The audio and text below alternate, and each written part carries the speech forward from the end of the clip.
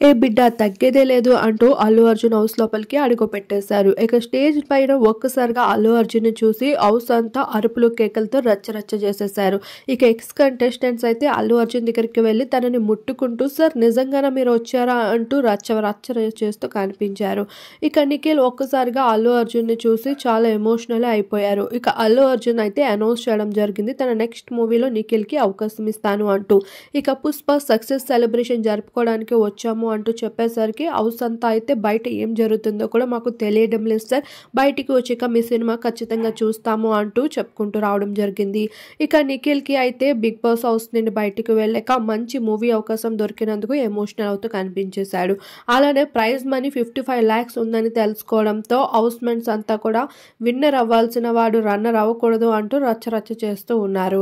ఇక ట్రోఫీని చూసాక ట్రోఫీని అయితే అల్లు అర్జున్ చేతుల మీదుగా అయితే విన్నర్ కి అందించేందుకు బిగ్ బాస్ యాజమాన్యం సిద్ధమవుతూ వచ్చేసింది.